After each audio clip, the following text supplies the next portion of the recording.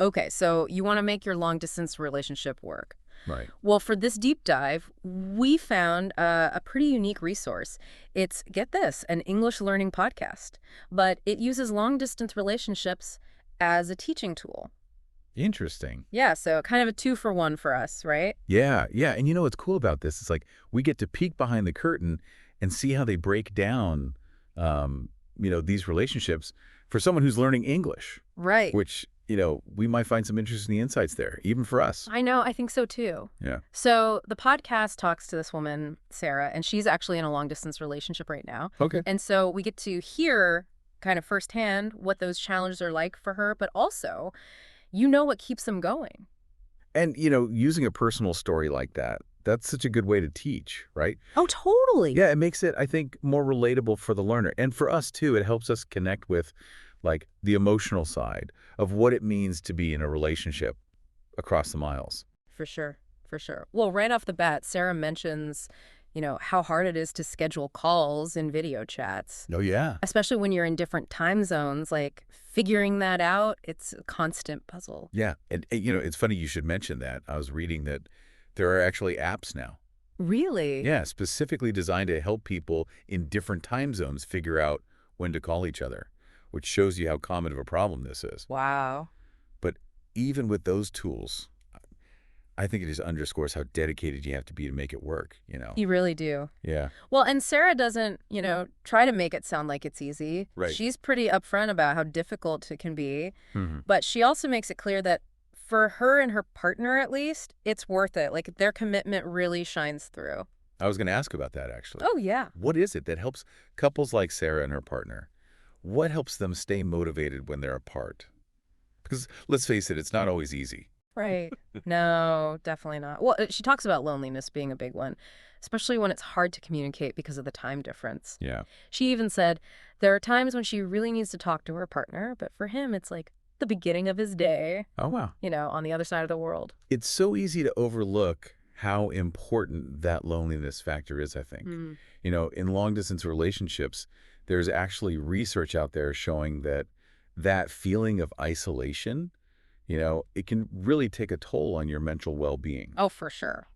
Yeah, so having ways to cope with that is super important for both people. Absolutely. Yeah. Well, Sarah's approach is interesting. She talks a lot about, staying positive and Great. trusting each other, Okay. which is important in any relationship, but when you're miles apart, it's even more important. Yeah, for sure. She also mentioned, like, making plans to visit each other whenever possible, which gives them something to look forward to. Having something to look forward to, that's huge. Mm-hmm. I think that focus on the future, that's a big takeaway here. Yeah. Sarah and her partner, they regularly talk about what their life will look like together, once they don't have to deal with the distance. Right.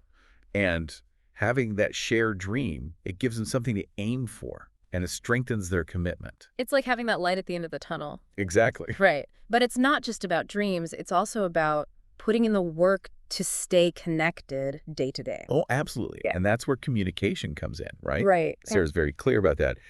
Open and honest communication, that's the foundation of their relationship. And it's how they work through those tough spots, but also celebrate the good stuff. Right, yeah, and just maintain that feeling of closeness, Exactly. even when they're physically apart.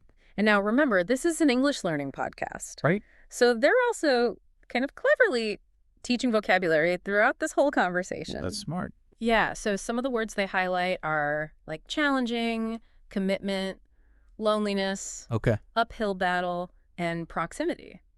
It's interesting how those words, they really fit with the whole, long-distance relationship thing. Oh, for sure. And even if you're not in a long-distance relationship yourself, Yeah. just understanding those words, like what they mean, that can be helpful for any relationship, really. It's true. Or even for dealing with a tough situation at work. It's all about communication. Exactly. Setting expectations, which everybody needs. Totally. Absolutely.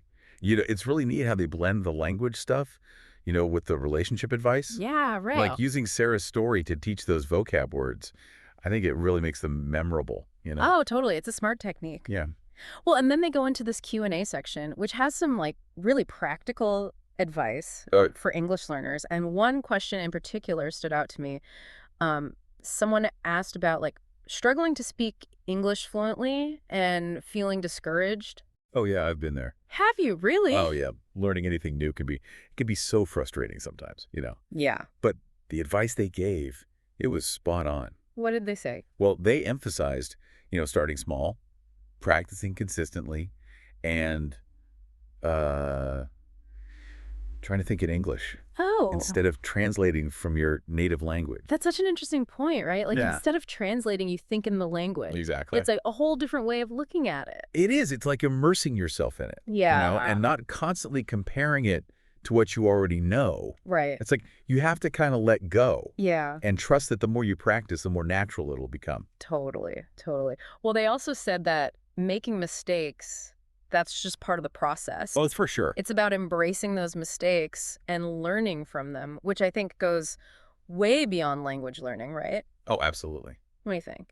I totally agree. I mean, whether it's language learning or dealing with the ups and downs of a long distance relationship, right? Yeah, That mindset, embracing the challenges, seeing mistakes as opportunities to grow, that's so important. it Yeah, is. being patient with yourself, focusing on progress, not perfection. I love that. Now, there was this other question in the Q&A about their other channels, and they mentioned briefly that their co-creator, Jessica, she's branched out, Oh, and yeah. she's doing stuff in Spanish and Chinese. That's awesome. Yeah, it shows how learning a new language can, like, open up all these new possibilities Right, yeah. for connection and for communication. For sure. And it kind of speaks to that idea that certain things are just universal. Like what? Love and relationships, they resonate with people everywhere, no matter the language. It makes you realize that what Sarah's talking about, those challenges, like the time zones, the communication hurdles, those aren't limited to English speakers, right? Okay. It's anyone in a long-distance relationship anywhere in the world. Totally. And those strategies they're talking about, open communication, focusing on the future, finding ways to stay connected, those apply no matter what language you speak. It's true. It's true. Well, the final question from the podcast was about achieving fluency in English, and their advice was all about immersion, Oh, like listening to music, watching wow. movies, finding ways to practice speaking with native speakers, Oh, I like that. even if it's online, through those language exchange things. It's about surrounding yourself with the language, Yeah. like just jumping right in. They did mention, like, joining a structured English course, too, which can be helpful if that's how you learn best. Right, right. But, it struck me that immersing yourself in a language is a lot like immersing yourself in a relationship. Oh, how so? You have to be present, engaged, willing to put in the effort to understand and connect. That is such a good analogy. Really. Yeah, because it highlights how important active participation is. Right. Both in language learning and relationship building. You can't just sit back and observe, right? Right. You have to actively engage, make mistakes, and learn. And consistency is key in both. Definitely. Absolutely. Whether it's setting aside time for practice or making an effort to communicate regularly, those small actions, they add up over time. It's about being committed to the journey, Yeah. embracing the ups and downs, and believing in the connection, whether it's with a person or with a language. I think that's something we can all relate to, right? It's Totally. easy to focus on, like, the hard parts of being far apart, right? Yeah. But, long distance relationships, they also have some, I guess, advantages that we don't always think about. That's interesting. Yeah. What kind of comes to mind for you? Well, I think when you're not together all the time, Yeah. it forces you to be more intentional Right. about how you I communicate. can't just rely on, like, those everyday interactions or body language Right. when you're not physically there. Yeah, you really have to make an effort to express your thoughts and feelings clearly. Hmm. And I think that can actually make your communication skills better overall. It's like a crash course Yeah, exactly. in communication. Yeah. And because of that, I think, it can lead to a deeper understanding of yourself and your partner. It's true. You learn to listen better. Yeah, You learn to explain what you need, and you start to appreciate those little moments of connection more. totally, totally. Well, I also think these kinds of relationships can give you a sense of independence, Oh, for sure. and help you grow as a person. Absolutely. You have the space and time to focus on your own interests Mm. without neglecting the relationship. It's about finding that balance between being an individual Yeah, and being part of a couple it is. and supporting each other's dreams while also, building a strong foundation for the future. Exactly. And that reminds me Yeah. of something Sarah said earlier about her and her partner focusing on their shared vision. what their future will be like together. Right. It's that shared purpose that seems to keep them going. It does. Having that vision, it gives you something to work towards as a team, Yeah. and it helps you stay focused on the bigger picture. And it's not just about the big goals either. Oh, It's yeah. about finding those little ways to Yeah. stay present in each other's lives, even when you're apart. Setting thoughtful gifts, planning, like a virtual date night. Oh, yeah, those are fun. Yeah, Or even just sharing those everyday moments, right? exactly. It's all about making that effort to bridge the distance. Sometimes I wonder if being apart can actually make the bond stronger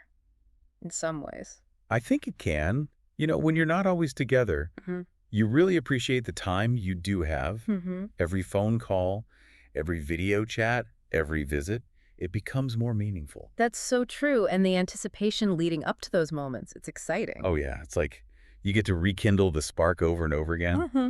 Exactly, exactly. Well, as we wrap up this deep dive, Yeah. I think it's safe to say that, these long distance relationships, they need a certain level of resilience and Hmm. determination and a willingness to embrace the But they're challenges. definitely not for everyone. Right. But for those who are willing to put in the work, Yeah, the rewards could be huge. I agree. It's about finding love and connection in unexpected places and Well, proving that distance doesn't have to diminish those human connections.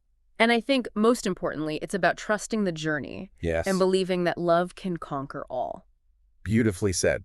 And to our listener out there, Yeah. who's maybe going through this themselves, Yeah. you're not alone. And your commitment, Hmm. your perseverance, your love, it's inspiring. Keep nurturing that connection. Yeah. Keep communicating and keep believing in the power of your bond. Distance might test your love, but it can also make it stronger. I love that. Thanks for joining us for this deep dive into the world of long-distance relationships. Yeah, we hope you found it insightful and encouraging. Absolutely.